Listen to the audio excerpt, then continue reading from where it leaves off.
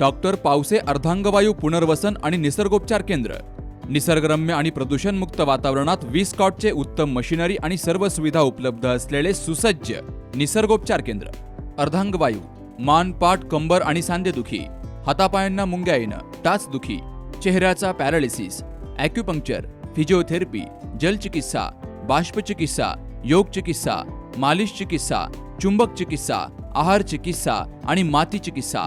संपर्क डॉक्टर रमेश पावसे, ठिकाण हिवरगाव पावसा, रायतेवाडी रोड, तालुका संगमनेर. संपर्क 9623 25 67 22.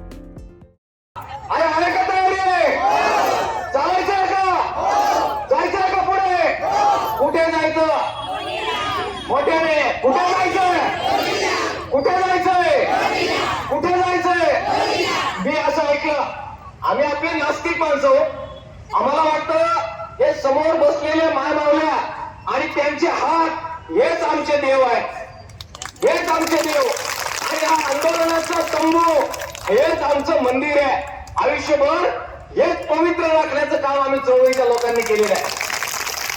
परंतु आपले पालकमंत्री हे देव मानणारे मंत्री आहेत आणि त्यांच्या निवडणुकीचा नारळ ते मी ऐकलंय, मला खरं काय खोटं माहित नाही, पण ते नारळ निझर्णेश्वरला फोडतात असं मी ऐकलेलं आहे.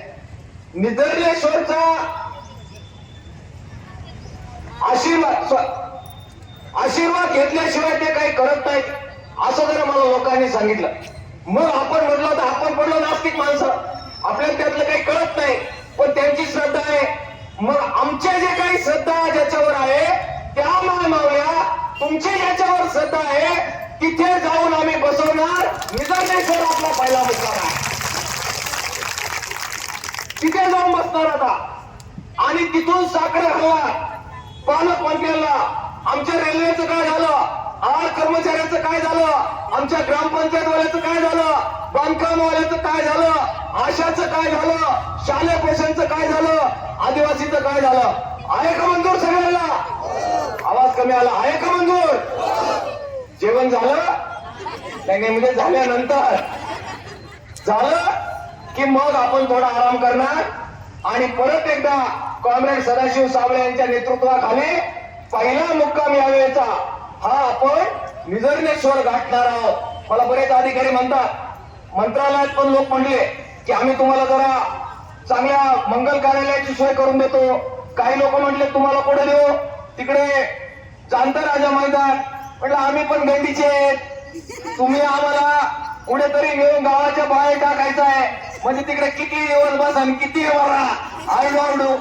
तसं नाही होणार. निझर्णेश्वर नंतर दुसरा मुक्काम मात्र लोणी असणार.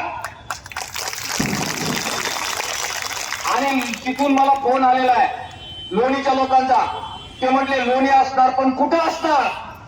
लोणी 2 आहेत म्हटले आणि वाडा दुसरीकडे आणि लोणी दुसरीकडे. म्हटलं वाड्यावरच जाणार, मध्ये थांबणार नाही, वाड्यावरच जाणार आहे. काय कायदा आहे, नियम आहे, काय व्हायचं ते होईल. परंतु या माऊल्यांना विखे साहेबांची जी राहत्या घराची माऊली आहे तिच्या समोर जाऊन बसवणार आणि कोडं घालणार. यांचं सोडवा तोपर्यंत उठत नाही. आणि आता अहिल्यानगर, बिहारनगर लय लांब, लोणीत गेलो की तिथूनच उठायचं नाही. मंजूर आहे सगळ्यांना? मंजूर आहे सगळ्यांना? काय व्हायचं ते आता जुन्या काळात पुणतांब्याला झालं, शेतकऱ्यांचा संप उभा राहिला पुणतांब्यात.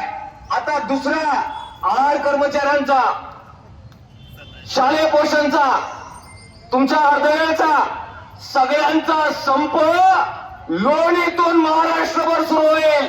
आणि किती दिवस चालवायचा आपण सगळेजण ठरवू. हटायचं नाही. लोणी हे आंदोलनाचं केंद्र आपल्याला करायचं. वाड्याच्या समोर जाऊन बसायचं आणि प्रश्न सोडून घ्यायचे. मंजूर आहे सगळ्यांना?